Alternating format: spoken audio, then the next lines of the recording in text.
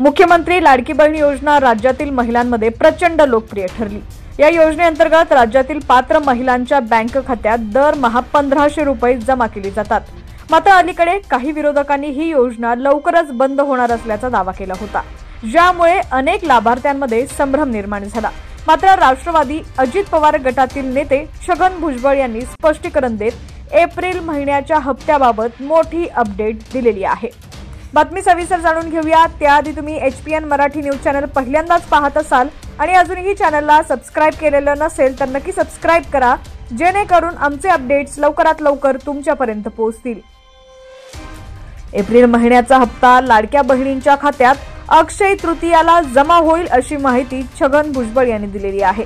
लाडकी बहीण योजनेबाबत छगन भुजबळ म्हणाले, शासनाचे पैसे आहेत। मुख्यमंत्री लाडकी बहीण योजनेचे पैसे लाभार्थी महिलांना मिळणारच आहेत। सरकार इतरही योजना राबवत आहे। या योजनेचे पैसेही लाभार्थी जनतेच्या खात्यात जमा होतात। लाभार्थ्यांच्या खात्यात योजनेचे पैसे मिळण्यास कधी कधी उशीर होतो, पण योजनाच बंद होईल असं काहीही नसतं। आपली कमाई ठरलेली असते।